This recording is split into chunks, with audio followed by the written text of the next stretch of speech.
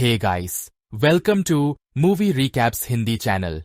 आज मैं आपके लिए सस्पेंस और थ्रिल से भरी 2024 की फिल्म बुगेनविला का डिटेल एक्सप्लेनेशन लेकर आई हूं। ये कहानी आपको एक ऐसी दुनिया में ले जाएगी जहां यादें, झूठ और भय के जाल में फंसे किरदार हैं। आइए बिना वक्त गवाएं शुरू करते हैं।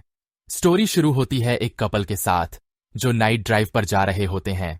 तभी उनकी कार का एक्सीडेंट हो जाता है। यह एक्सीडेंट इतना भयंकर है कि उनके बचने की उम्मीदें कम हैं। फिर कहानी 8 साल आगे शिफ्ट हो जाती है। अब हम देखते हैं रीतू, जो अपने बच्चों को स्कूल भेज रही होती है। बच्चों को भेजने के बाद रीतू को अजीब महसूस होता है। उसे लगता है कि कुछ ठीक नहीं है।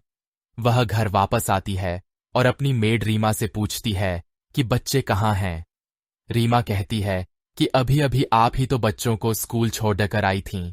यहीं से हमें पता चलता है कि रीतू को मेमोरी लॉस की समस्या है।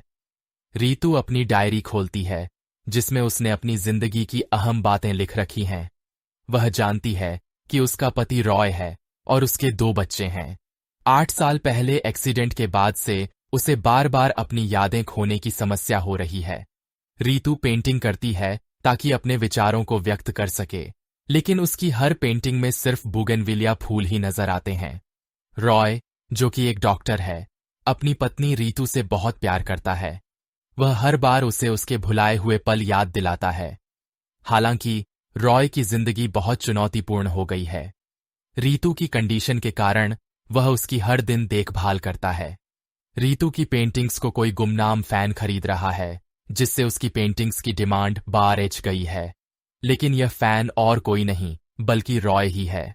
वह यह सब इसलिए करता है ताकि रीतू खुश रह सके। एक रात रीतू को डरावने सपने आते हैं। उसे लगता है कि घर में चोर हो सकते हैं। वह रॉय से सिक्योरिटी कैमरे लगवाने की बात करती है। कुछ दिन बाद जब घर में कैमरे इंस्टॉल हो रहे होते हैं तो रीतू अजीब तरीके से डर जाती है। वह सभी कामगारों को चाकू से डराने लगती है। रॉय उसे शांत करने की कोशिश करता है, लेकिन वह रॉय को भी नहीं पहचान पाती। मजबूर होकर रॉय उसे थप्पड़ डीएच मारता है। टीवी पर न्यूज चल रही होती है कि एक पॉलिटिकल लीडर की बेटी छाया गायब हो गई है। रीतू को छाया का चेहरा पहचाना सा लगता है। वह अपने दिमाग पर जोर डालती है और उसे याद आता है कि उसने छाया को सनफ्लावर के खेतों में देखा था। जब पुलिस आती है और उससे सवाल करती है तो वह बताती है कि वह छाया को जानती है। हालांकि पुलिस को रीतू की बातें संदिग्ध लगती हैं। पुलिस की जांच के बीच रीतू का शक अपने पति रॉय पर बढ़ने लगता है। उसे महसूस होता है कि रॉय उससे कुछ छिपा रहा है। वह रॉय के फार्म हाउस जाने का प्लान बनाती है।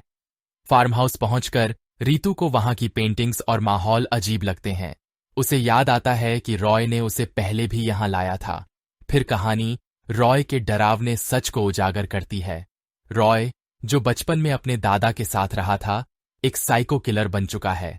वह लाडजकियों को किडनैप कर अपने फार्म हाउस पर लाता और जंगली कुत्तों और सुअरों को उनकी बॉडीज खिला देता था। रीतू को धीरे धीरे सब याद आने लगता है।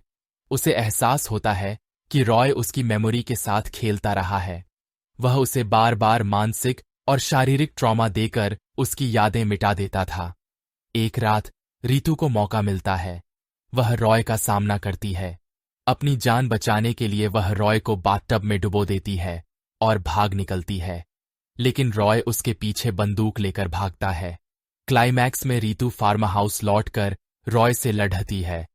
वह अपनी खोई हुई यादों और आत्मसम्मान के लिए लड़ती है। अंत में रीतू रॉय को गोली मार देती है। पुलिस जांच में पता चलता है कि रॉय ने 13 लड़ाकियों को अपना शिकार बनाया था। रीतू, जिसे अब अपना असली नाम एस्थर याद आता है, अपनी जिंदगी के इस डरावने अध्याय को खत्म कर देती है। एस्थर जेल में रॉय से मिलने जाती है, जो अभी जिंदा है। वह उसे चेतावनी देती है कि अगर उसकी मेमोरी फिर से लौटी तो वह रॉय से बदला जरूर लेगी। यहीं पर मूवी खत्म होती है। यह कहानी एक महिला की ताकत और उसकी पहचान की तलाश की है। आपको यह मूवी कैसी लगी? अपने विचार कमेंट में जरूर बताएं और ऐसी ही रोमांचक मूवी एक्सप्लेनेशंस के लिए चैनल को सब्सक्राइब करें। धन्यवाद।